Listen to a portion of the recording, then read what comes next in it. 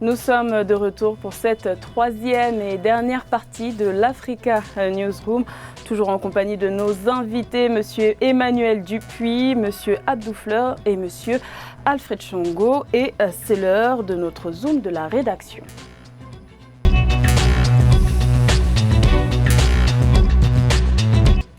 Comment agir ou réagir face au phénomène de la dépigmentation de la peau? Les crèmes éclaircissantes, pourtant nocives, constituent un juteux marché florissant en Afrique. Au Tchad, une jeune start-up dénommée Caridari a fait le choix de fabriquer des produits cosmétiques 100% naturels, des produits présentés comme une alternative saine face aux produits éclaircissants. Reportage de notre correspondant Mahamat Ramadan. Au Tchad, une jeune start-up dénommée Caridari fabrique localement des produits cosmétiques à base de beurre de karité local et d'huile végétale. Objectif, proposer des produits 100% naturels pour lutter contre la dépigmentation et les problèmes capillaires. La start-up met à la disposition de ses clients des savons, des pommades, des parfums fabriqués à base du végétal grâce aux techniques artisanales. Nous proposons des produits 100% naturels à base de beurre de karité qui est notre ingrédient phare. Donc nous proposons des produits capillaires et corporels qui traitent les problèmes de peau et cheveux. Et à travers Caridari, nous essayons également de valoriser les beurres de karité locales et nous créons aussi de l'emploi. Les produits Caridari s'imposent progressivement dans le marché cosmétique mixte au niveau national grâce aux témoignages des clients et les réseaux sociaux. Pour répondre à la demande de plus en plus forte, la start-up envisage de moderniser ses techniques pour conquérir des marchés nouveaux dans des pays voisins. L'une des valeurs de Caridari, c'est de lutter contre l'utilisation des produits éclaircissants. Nous proposons des produits 100% naturels et des produits qui sont vraiment adaptés aux besoins réels de la population africaine. Donc des produits qui sont vraiment adaptés à nos réalités africaines. Cofondée par Madina Gombo Adberaman et Safia Hassan Kazali, respectivement ingénieurs en management des projets et médecins, la start-up Caridari a gagné plusieurs prix d'excellence en entrepreneuriat au niveau national et international. Alors aujourd'hui, beaucoup de continents envient les produits bio de l'Afrique, beurre de karité, savon, huile. Pourquoi ces ressources ne sont pas plus exploitées, Monsieur Chongo?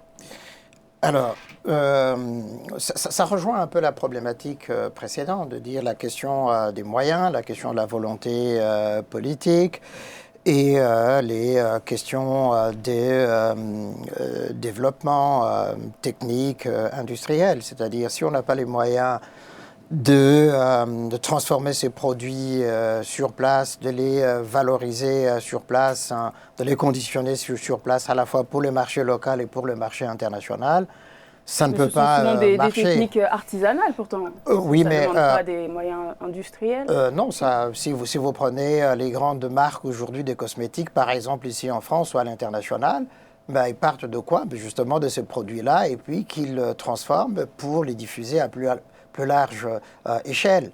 Donc là, c'est encore artisanal. Il faut sortir justement de l'artisanal pour aller vers la micro-industrie, pourquoi pas, et puis éventuellement plus loin, pour permettre justement la fabrication, la production, fabrication et distribution de ce produit-là. Il y a des entreprises qui existent, qui produisent du savon, etc., au niveau de tous ces pays-là industriellement, mais qui s'attaquent rarement à ces questions de produits pour la valorisation de la peau, pas des produits éclaircissants. Au Nigeria, il y a eu quand même effectivement beaucoup de petites entreprises qui font justement dans ces produits éclaircissants, qui sont nuisibles à la peau justement. Pour rester dans le sujet, est-ce qu'on peut dire aujourd'hui que la dépigmentation de la peau est un enjeu de santé publique en Afrique, Monsieur Abdou Fleur? Tout à fait. Je pense que les médecins en ont parlé, reparlé, et on a vu les conséquences. Des maladies qui augmentent dans certaines zones où elle est fréquemment pratiquée, notamment l'hypertension, le diabète, des taches, des brûlures. Donc je pense que c'est du cancer. C'est évidemment un enjeu de santé publique. Et ce qui a conduit d'ailleurs beaucoup d'États en Afrique, Sénégal, Mali, Tchad, même la Côte d'Ivoire, beaucoup de pays, à interdire ces produits. Mais malheureusement, toutes les questions, comme il l'a dit tout à l'heure, se rejoignent en réalité. Tout cela pose encore le problème informel en Afrique. On interdit les produits du point de vue légal, il n'y a pas de souci, il y a des sanctions, mais derrière, il n'y a pas de suivi parce que tout est informel. On peut l'interdire, mais le boutiquier du coin, la maman qui a sa petite table, peut vendre ces produits qui sont extrêmement dangereux. Et au-delà de la dangerosité pour la santé, c'est une question de fierté. Moi, je ne sais pas, d'identité qui pousse les gens à changer leur peau, à se dépigmenter. Et ça me fait penser... Et moi, quand je suis le sujet de la dépigmentation, ça me fait penser à la femme noire chantée par Léopold Sédar Senghor. Et effectivement, si c'est naturel, un teint clair, c'est très joli. Si vous avez un teint foncé, caramel, naturel, c'est très joli. Peau de silure, comme on dit chez moi. Absolument. Donc, moi, ça me pose véritablement problème. Et je pense que les États doivent davantage corser la législation et alourdir les sanctions à ce niveau. Et je salue cette initiative. Je vais poser la question justement à M. Dupuis. Est-ce qu'une loi suffirait pour interdire tous ces produits sur la dépigmentation de la peau? C'est un préalable, mais évidemment pas une finalité. Premièrement, c'est une question de mode. Et donc, qui dit mode, dit évidemment les vecteurs de cette mode. Et il y a un certain nombre d'intérêts financiers qui travaillent beaucoup à l'idée qu'il pourrait y avoir une spécificité. Et sur le fond, je suis assez d'accord avec cela, une spécificité de la mode africaine, une spécificité de la manière dont les cosmétiques, la manière dont la mode, les vêtements, la manière dont les critères africains doivent être concurrentiels des critères occidentaux. D'ailleurs, il y a un marché dans les magazines, Amina, Diva, Jeune Afrique, qui lance une version féminine, pour valoriser cela. Et c'est très bien. Le côté obscur, si j'ose dire, mais ça a été effleuré du doigt, c'est qu'il y a une formidable asymétrie ou une asymétrie très cynique. La plupart des grands producteurs de cosmétiques mondiaux utilisent des produits de base africains.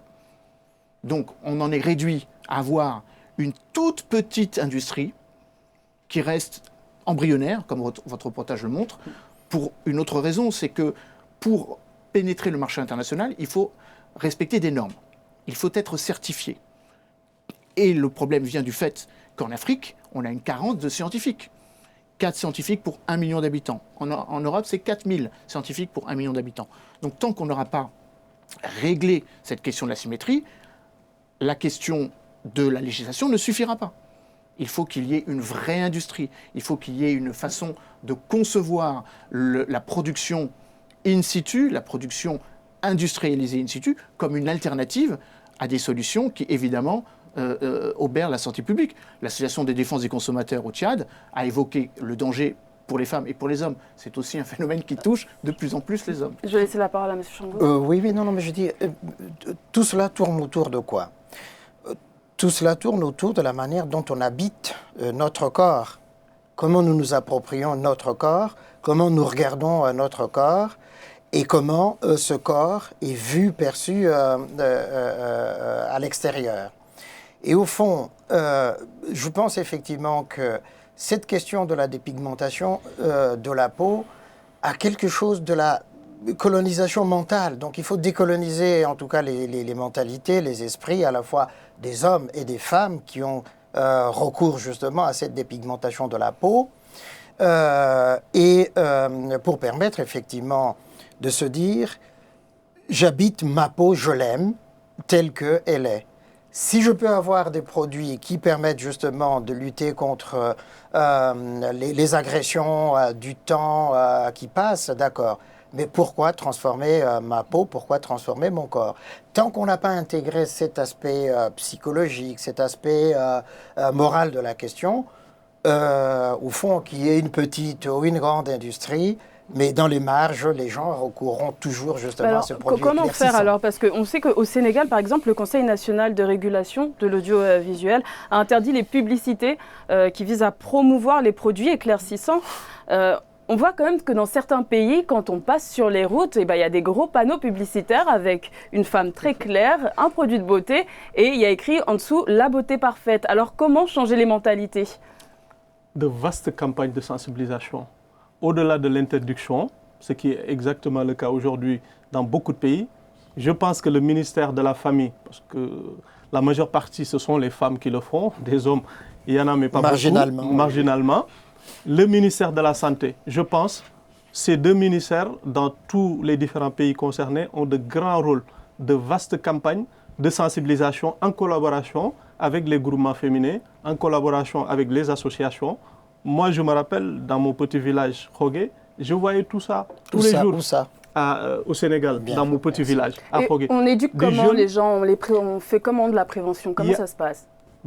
En collaborant avec les groupements féminins, on peut organiser des séances, des événements de sensibilisation pour un peu exposer les risques, les inconvénients de la maladie ou en peut-être jouant des sketchs du théâtre. Souvent, c'est des choses qui passent extrêmement bien. Absolument. Vraiment mettre en exergue les conséquences de ces maladies. Très souvent aussi, les gens qui le font, en réalité, ne sont pas conscients des conséquences. Ce qu'ils voient tout de suite d'abord, pour beaucoup, c'est d'abord un phénomène de société, mais ils disent que les hommes préfèrent ceux qui ont des teints clairs. C'est ça la triste réalité. Donc c'est les hommes le problème alors. Oui, mais en partie, oui. C'est ça la vérité. Oui. Non, mais moi je pense effectivement que, pardon, mais je pense effectivement que les campagnes, comme vous venez de les évoquer, c'est très important. Mais on peut aussi prendre en compte les leaders d'opinion, les artistes, voilà, ça a commencé. Oui, qui peuvent justement sensibiliser à cette question-là parce que c'est des personnes, hommes ou femmes, artistes féminines ou masculines, qui sont écoutées, qui sont suivies par les populations, qui peuvent beaucoup sensibiliser la jeunesse à cette problématique justement de la dépigmentation de la peau, au-delà des campagnes officielles qui peuvent être faites par les États, par les ministères, etc. Et par les réseaux sociaux qui sont très suivis partout. Moi, j'allais venir justement à la capacité de compenser ce que l'État devrait faire. Évidemment, une campagne nationale est une bonne chose, mais évidemment, ça va beaucoup plus vite avec les réseaux sociaux. L'éducation, et donc le ministère de l'Éducation, a aussi dans sa capacité à présenter non seulement un modèle de ce qui est vertueux et de ce qui fonctionne, et la manière dont, évidemment, l'histoire est enseignée est importante. L'imaginaire que les enfants ont et qu'ils ramènent à la maison est déterminant dans la manière dont ils vont se concevoir comme consommateurs dans les années qui suivent. Mais il y a un autre élément qui est particulièrement important, et on en revient à la question du rôle prédominant des femmes. Il faut aussi qu'il y ait au sein du gouvernement de plus en plus de femmes, au sein des instances dirigeantes de plus en plus de femmes, qui elles-mêmes sont des modèles auxquels on peut faire référence. Et s'il n'y en a pas, eh bien forcément, vous allez voir une affiche et vous allez croire que c'est ça l'image qui est calquée pour vous pour le reste de votre vie. Alors que si vous avez des présidentes du patronat, des présidents du Conseil économique et social, des présidents de la République qui incarnent une vraie souveraineté, j'allais dire une souveraineté de la beauté, le mot est particulièrement... L'incarnation. Une incarnation de la nation, de l'image que l'on se fait de l'appartenance, non pas à une ethnie mais à une nation, ça vaut toutes les campagnes du monde. Et donc il faudrait revaloriser la beauté africaine. Absolument. Et je pense pas que dans une version commerciale, comme c'est en train de se produire en Occident. Ouais. Tout à fait. Le mot de la fin. Et je pense que aussi l'éducation a un grand rôle à jouer. Aujourd'hui, je pense que pour un petit médicament, pour quoi que ce soit, vous allez sur Internet, vous verrez d'abord c'est quoi les conséquences. Voilà. Si on n'a pas un certain niveau d'éducation, on est analphabète, je pense que ça aussi joue énormément le taux de scolarisation qui est très faible aussi. Et ce phénomène est surtout beaucoup plus présent, je pense, dans les campagnes que dans les villes. Et donc, je pense que encourager ce genre d'initiative est une excellente chose, une chose à laquelle tous nos États, quand même, doivent prendre à bras le corps. Ouais, ce sera le mot de la fin.